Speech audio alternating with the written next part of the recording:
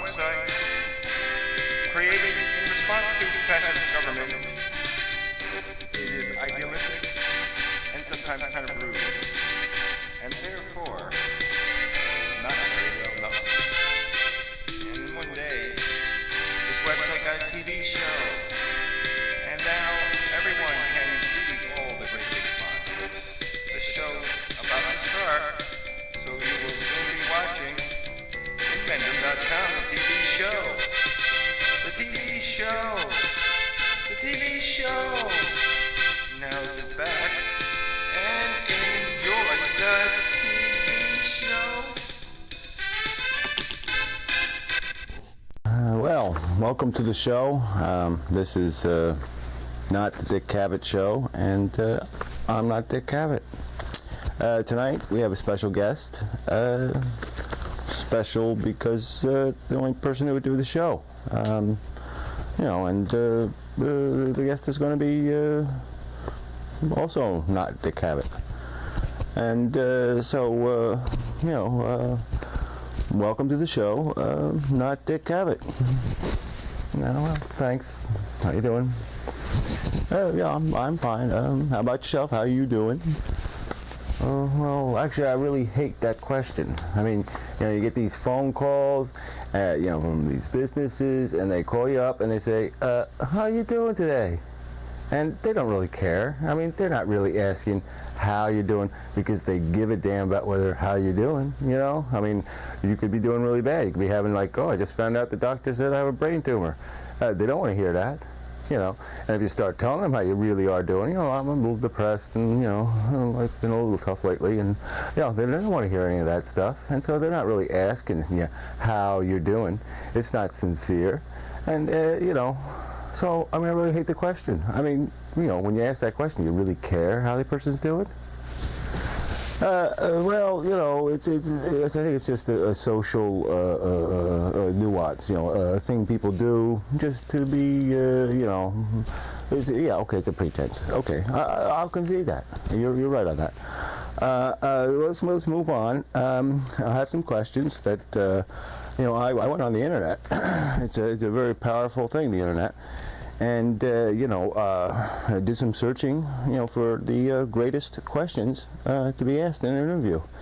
And these are the greatest questions that I got, you know, doing a Google search and a Yahoo search.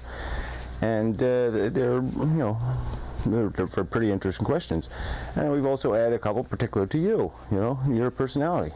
You know, it's an amazing thing that we can customize the questions to the guest on the show. And so it says here that you have a lot of ideas. Yeah, that's right. You know, when you think, it's amazing. You know, you think about something, and these ideas come to you. And you know, I've been doing this for years. This thinking and idea thing. And it really, it's amazing. It's amazing what brains can do when you actually apply them to the construction of ideas. So it sounds like it's working for you, this idea thing. You want to, like, for example?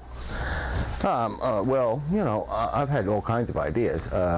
You know, one, you know, just pops into my head lately is the idea that, you know, we really don't take advantage of elections, you know, and because, you know, it's like, it's the only way to really have you know, a vote or a contest, you know, that can't be corrupted. You know, like you do an online poll or something, it's always, you know, somebody's going to sign in 53 times, and, you know, 43 identities, and, you know, they're going to vote 743 times. It's just going to ruin the whole thing. You know, so elections are a great way to do an actual polling of public opinion. And I was thinking, you know, why not have the government say, have a contest like for the greatest ideas, a greatest idea contest, you know, and people could put these, you know, ideas online, register them, and then, you know, on an election, people could vote for these ideas. And let's just say the government gave away $1 million prize to the best idea. You know, the government get all these free ideas, because like the second place idea is going to be pretty good, and the third place and the fourth place. But I mean, they get all these ideas, they have them all, we know exactly what the public thought of each idea, by how many votes it got, and who loses? I mean, it's a great idea to solicit all these great ideas. We get everybody's brain thinking about ideas. Well, that's really well, it seems an obvious concept, but yeah, I mean, that's really a great idea. Maybe you should submit that idea as a great idea, and see if you could, get rewarded for having such a great idea. Well, I mean, kind of like the kind of thing you can't really do that because, it's the idea that originates the idea, and you can't really, capitalize on that. But I think it is a great idea. Any other ideas? Well, in the same vein, the government could also have like a bounty system, where we've had, like, in the past, like the Ayatollah, put a bounty on a guy's life, say, here's, you have $10 million if you kill somebody, it's kind of silly.